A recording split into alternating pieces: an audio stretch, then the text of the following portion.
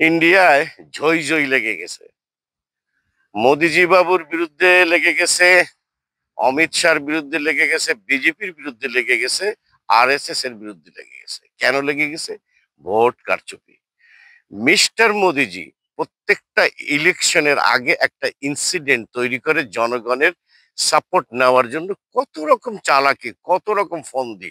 এটাই হচ্ছে তার কারিশমা। এই সমস্ত মেকানিজম করে সে প্রত্যেকটা ইলেকশনে, লাস্ট কয়েকটা ইলেকশনে উনি জিতেই যাচ্ছে।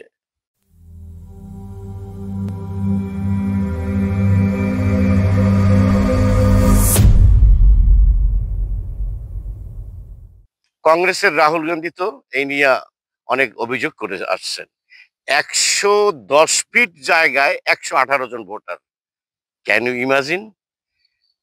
বাংলাদেশ থেকে এই যে লাস্ট আমাদের রেজিম হাসিনা, এর কাছ থেকে অনেক কিছু শিখেছে মিস্টার মোদিজি। ভোট কেমনে কারচুপি করতে হয়, কিভাবে কোথা থেকে কার বাম্বু দিতে হবে, এই সমস্ত কথা, এই সমস্ত মেকানিজম মিস্টার মোদিজি খুব ভালো করে রপ্ত করতে পারছেন।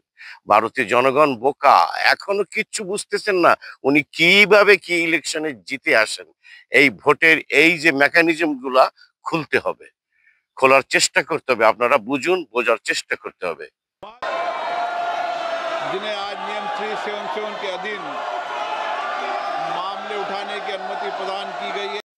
ইন্ডিয়ার সবচেয়ে পুরনো দল কংগ্রেসের রাহুলজি কি বলছে? চোখা অভিযোগ, হাতে তথ্য, তারা তারা নথি। অভিযোগের তীর দেশের নির্বাচন কমিশনের দিকে। প্রতিপক্ষ বিজেপি। আড়ালে যাকে প্রাপ্য বলে ঠাট্টা করেন নিন্দুকেরা, স্ক্রিন কাগজ হাতে সেই চরিত্রটি সংসদীয় রাজনীতির মোড় ঘোরাতে তৎপর। রাহুল গান্ধী কদিন আগে বলেন অ্যাটম বোমা ফেলবেন, ঘটিয়েছেন সেই বিস্ফোরণ। एक असेंबली में 1 लाख फेक वोटर्स हैं, फेक एड्रेसेस, डुप्लीकेट फॉर्म 6, अलग अलग तरीके। तो हम इलेक्शन कमीशन से नहीं कह रहे हैं, हम हिंदुस्तान के युवाओं से कह रहे हैं, हिंदुस्तान की जनता से कह रहे हैं। ভারতীয় মিডিয়া এই সম্পর্কে কি বলছে? People are voting, but those votes are not reaching the candidates.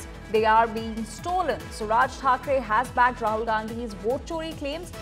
The MNS chief has said that there's manipulation in voting, and this is not new. In fact, he goes on to say that votes are not reaching the candidates.